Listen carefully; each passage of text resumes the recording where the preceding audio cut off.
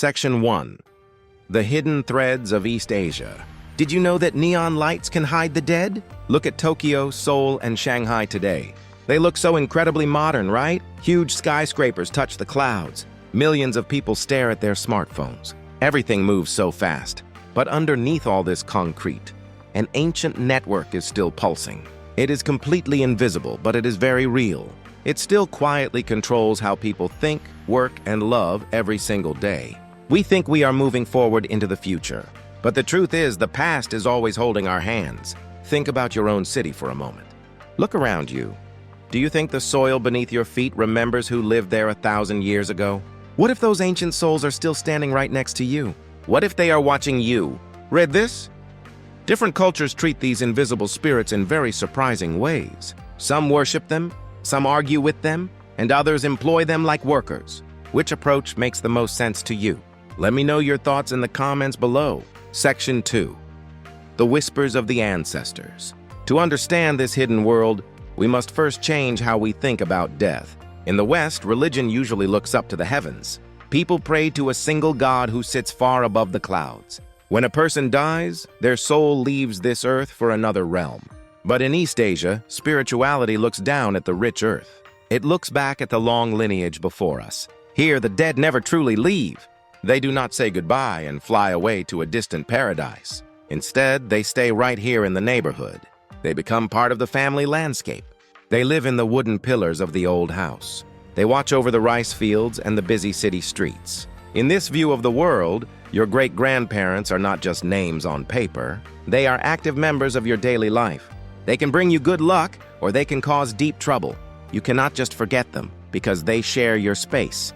This creates a very unique feeling of connection, but also a strange kind of pressure. Imagine living your life with a house full of invisible parents. How would that change the way you behave every day? Section 3, Shinto and the 8 million gods. Let us begin our journey in Japan. Here, the spiritual root is called Shinto.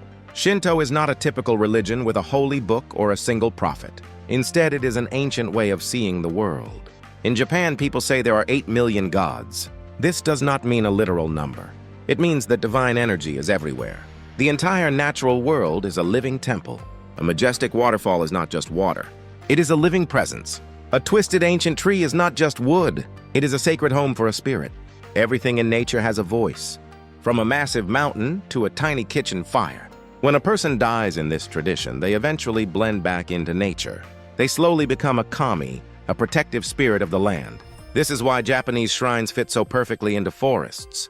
They are not built to conquer nature. They are built to invite nature inside. Human beings are expected to live in perfect harmony with these spirits. You must walk softly, speak quietly, and show deep gratitude to the world around you.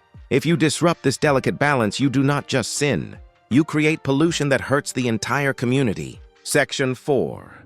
Korean Shamanism. Breaking the wall between worlds. Now let us cross the sea to South Korea. Here, the spiritual energy changes completely. It is no longer quiet or peaceful. It becomes intense, theatrical, and deeply emotional. This is the world of Mudang, the ancient shamanism of the Korean peninsula. In this tradition, the world of the living and the world of the dead are separated by a heavy wall. When things go wrong in life, it means a ghost is trapped at that wall.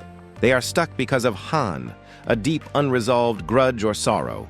To fix this, people call a Mudang. A Mudang is a powerful female shaman. She does not just pray quietly in a forest. She throws a massive energetic festival called a gut. She wears bright, colorful robes. She beats large drums and dances in a wild trance. In some rituals, she even stands barefoot on the sharp edges of twin blades. She does not get cut because she is possessed by a god. Her job is to speak for the dead. She lets the angry spirits scream, cry, and release their deep pain. Through her own voice, by letting the dead speak, she heals the broken hearts of the living. Section 5. Chinese folk traditions, the cosmic bureaucracy. Finally, we turn our eyes to the vast land of China. Here, the spiritual world looks like a reflection of a massive human empire. Chinese folk religion is highly practical, organized, and deeply structured. It is a world run by a cosmic bureaucracy. In this tradition, the afterlife is organized, exactly like a government office on Earth. At the very top sits the Jade Emperor, who rules over heaven. Below him, there are countless lesser gods who act like celestial ministers, judges and local police. Even historical human heroes can be promoted to become actual gods after death. For example, Guan Yu, a famous ancient general, became the god of loyalty and wealth. If you want a good life, you must treat these gods with respect, but also with business logic. People burn special paper money, called joss paper, and miniature paper houses for their ancestors. They send these items through smoke to the afterlife. It is a way to make sure their ancestors have enough money to pay their taxes and buy comfort in heaven. It is a spiritual contract based on duty, hierarchy, and mutual benefit. Section 6. The shared root nature as a mirror. We have seen three very different worlds, haven't we? Japan's quiet shrines, Korea's wild shamanic dances, and China's heavenly bureaucracy seem completely separate. But if we dig deeper into the soil, we find a shared root. All three traditions share a shocking realization. Human beings are not separate from nature. We are simply an extension of it. The wind, the rain, and the spirits are not our enemies to conquer. They are mirrors that show us who we really are. Think about how you experience nature in your own life. Do you see the natural world as a collection of resources to use? Or do you feel a living connection to it? Let us know in the comments. Which of these three traditions matches your own view of the world? In East Asia, missing this connection causes a deep sickness in the soul. When humans forget the spirits, the world becomes cold and empty. But when we remember them, even a simple walk through a city park can become a sacred journey. The ancient world is not dead. It is just waiting for us to notice it. Section 7. The great divergence, harmony, negotiation, and power. If the root is the same, why did the branches grow so differently?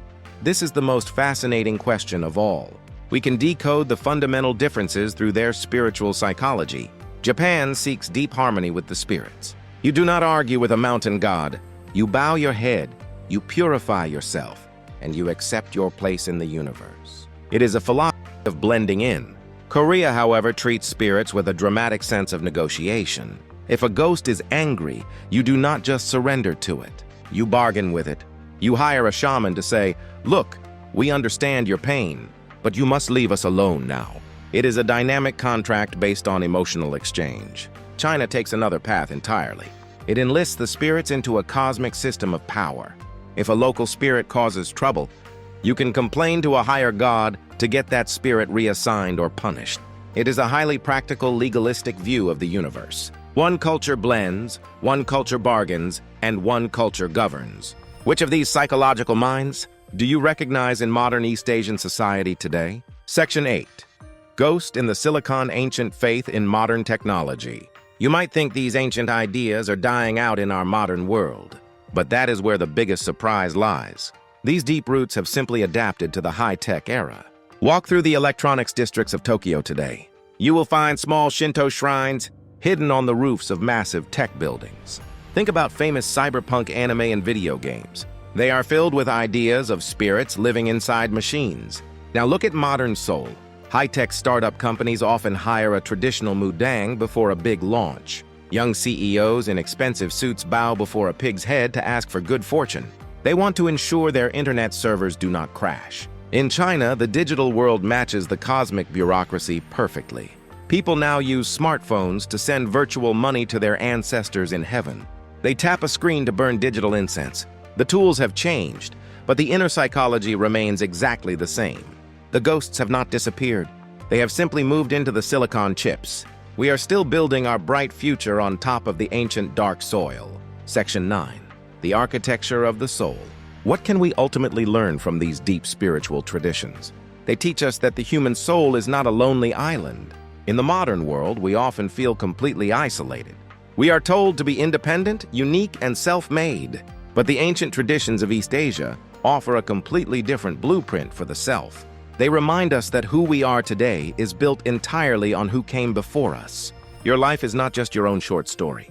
It is a single chapter in a massive, ongoing epic. This mindset creates an incredible kind of psychological resilience. When you face a terrible storm in life, you do not stand alone against the wind. You have the quiet strength of 8 million gods in your forest. You have the passionate energy of your ancestors, fighting your battles in the dark. You have a deep cosmic order protecting your steps. This architecture of the soul gives people a beautiful sense of belonging. It reminds us that we are always connected, always protected, and never truly forgotten by the universe. Section 10. What lies beneath your feet? The next time you walk down a busy street, take a moment to stop. Look past the cold gray concrete of your own modern city. Close your eyes and listen to the quiet whispers of the wind. Every piece of land has an ancient story to tell. Every river remembers the people who washed their hands in it centuries ago. The past is not dead and buried underneath the ground. It is alive, breathing, and waiting for us to remember its presence. Thank you so much for joining us on this beautiful journey through the ancestral soul of East Asia. If this exploration touched your heart today, please hit the like button. Do not forget to subscribe to our channel for more deep cultural stories. We have many more fascinating mysteries to share with you very soon. Until next time, keep exploring the world around you with open eyes. And most importantly, always remember to ask yourself one final question. What ancient spirits are walking right next to you today?